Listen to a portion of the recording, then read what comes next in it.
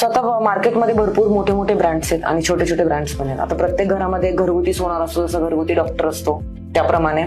So त्यामध्ये तुमचं काय ओपिनियन असेल? एक तर आता काय झालंय, मॅक्झिमम सगळीकडे HOD आलेला आहे. बरोबर. आणि दुसरं काय, गोल्डची प्राइसिंग एवढी वाढली आहे की प्रत्येक रिटेलरला ऑर्गनाइज स्ट्रक्चर मध्ये शिफ्ट होणं कंपल्सरी झालंय. बरोबर. आणि जो ऑर्गनाइज स्ट्रक्चर मध्ये काम करू शकत तो ज्वेलरी मध्ये लाईन मध्ये काम करू शकणार नाही.